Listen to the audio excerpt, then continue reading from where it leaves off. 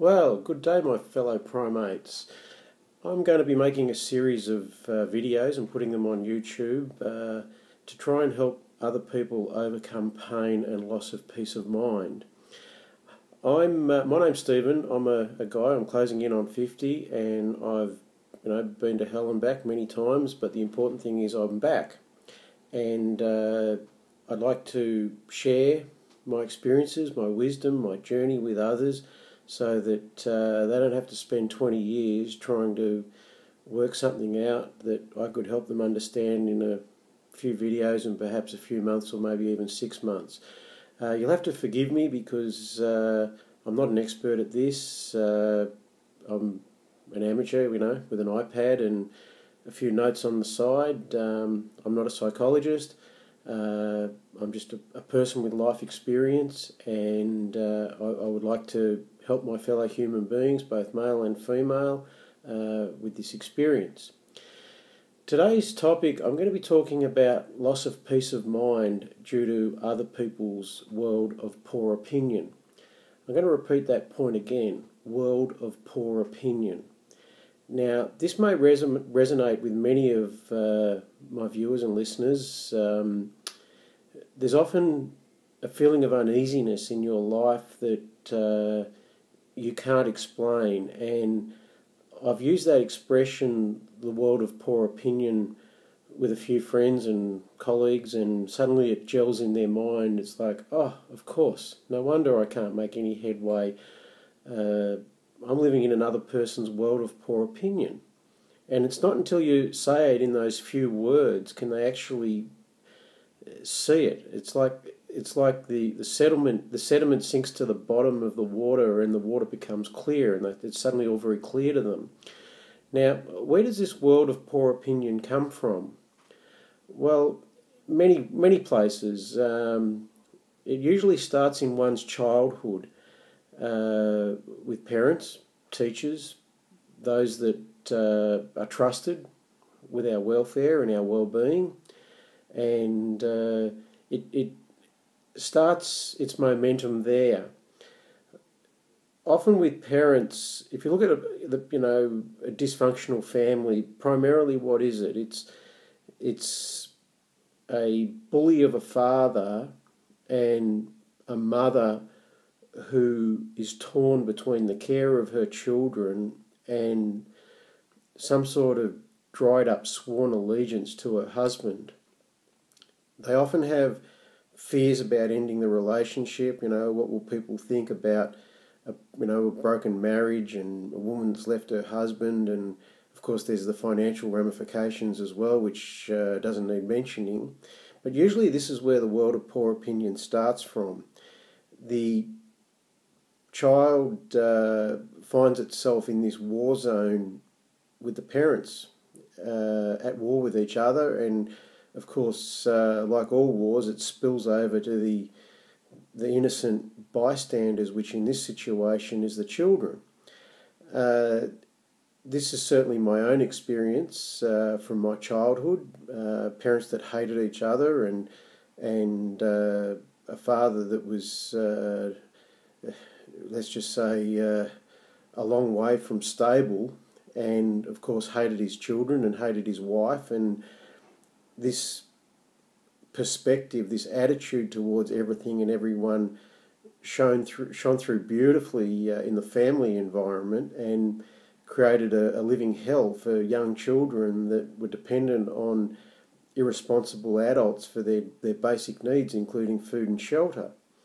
Now, what happens in these situations is children are affected by this, and male children are severely affected, because if you ask any grown male adult what they really want in life, and anyone that's honest and self-aware will say, well, honestly, I just want my father to love me, to think something of me, and be proud of me, and not be afraid to show it, because that would make their world worth living. Now, fathers often hold these words back because they hate themselves and hate the children that they've created.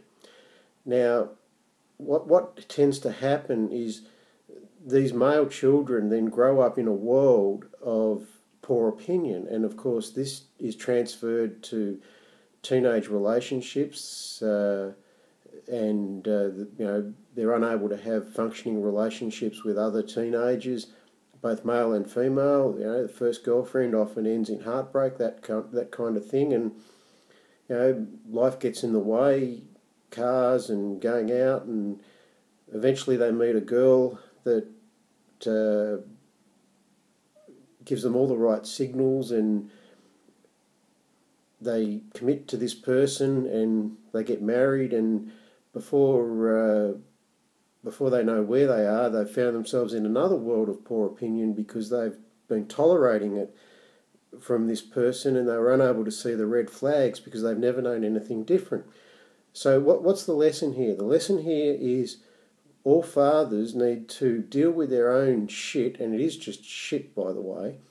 They need to deal with it and not transfer it to their children, especially their sons, and that way their sons will have meaningful, proper connecting relationships with good quality women.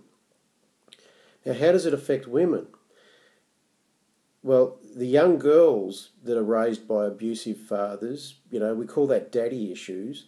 Basically, they're seeking the approval and acceptance of a strong alpha male. Now, we all know, everyone knows that alpha males are abusive. That's what makes them alpha males, and it's the abuse of the power that they perceive to have. Now, young girls that are denied this love from their fathers find themselves living in a world where any male that gives them attention, usually for the wrong reasons, by the way, they give the green light, and hence they end up with abusive husbands.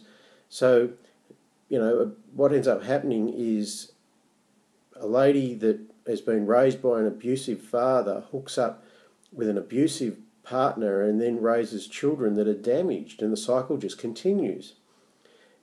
Often women that come from these dysfunctional families, they end up either having no children or lots of children, and that's a dead giveaway that they are carrying a lot of damage from the past. Now, how can all this wisdom be put in young people that to enable them to have a great future? That's the million-dollar question. And by the way, if you get it wrong, it'll cost a couple of million at the divorce. Now, basically, if you're from an environment, from a family environment that dysfunctional parents, abusive father, mother that was trying to defend her own scalp, basically, you need to break ties with your parents. I'm not saying have no contact, but do not let them in your life at an emotional level. Now, this is often easier said than done because the most addictive thing of all is acceptance. And right through into people's adults, they live in hope of acceptance by their parents. But if you find yourself waking up, having some sort of awakening that your parents didn't love you, and you've been raised in this world of poor opinion, you need to break ties with your parents. You may need to confront them over it in order to have peace of mind. And you certainly need to realise how it's affecting you as an adult and how it's affecting your choice of partner. It all comes back to self-esteem. They've damaged your self-esteem, what we call a broken spirit. And this damaged self-esteem basically fuels the tolerance of a poor quality partner. One needs to raise their self-esteem, and at the first sign of any trouble, you say to this person that's giving you the trouble, sorry, no deal, I'm ending this relationship, you're unstable, you're irrational, and I think more than enough of myself to not have anything to do with you. Now, this is very, very easy to say. It's a lot more difficult to practice because often broken families, there's a lot of shaming of characters behind the scenes. There's also embarrassment, there's shame involved, there's self-loathing, there's what's wrong with me kind of self-talk. And you've got to understand that the sooner you place a label on your dysfunctional parents and their relationship, the sooner you get over it. We live in a society where, I don't put a label on anything. Well, it's the label that enables you to put the lid on the garbage can and leave it behind you and move on with your life. If your father was a prick and an evil person, then you just have to admit it to yourself. My father was a prick. He was evil, but he didn't affect me. And that's the wisdom that I would like you to take away from this video. Now, I've got a couple of bullet points here which I'd just like to raise as well. And that is, I want to put a special clause in at the end of this video for post-divorce dating after you've become awakened and realised what you've done and you've chosen a poor quality partner and finally woken up to it, and usually this takes 20 years, by the way, and you've sent them on their way, and the individual is then doing this post-divorce dating. Now, what people need to realise at that point is they are more vulnerable than ever to abusive partners, unstable and irrational abusive partners. And it all hinges on one pivot point, and that is making excuses for people. Once again, you need to put a label on it. They're damaged. You can't help damaged people. They have to help themselves, and they have to be well when you meet them. So the long and the short of it is you've got to hold people accountable and not tolerate unstable, irrational behaviour. Almost everything in life is bullshit. And most of relationships is shit tests. And as soon as you get the feeling, that eerie feeling that you are being made to go through a shit test, you've got to call it for what it is and say, this is a shit test and it's because you are insecure and I am not conducting this test with you or for you. And you leave it at that, and that the person can then accept it and realise that you didn't fall for it, or they can't.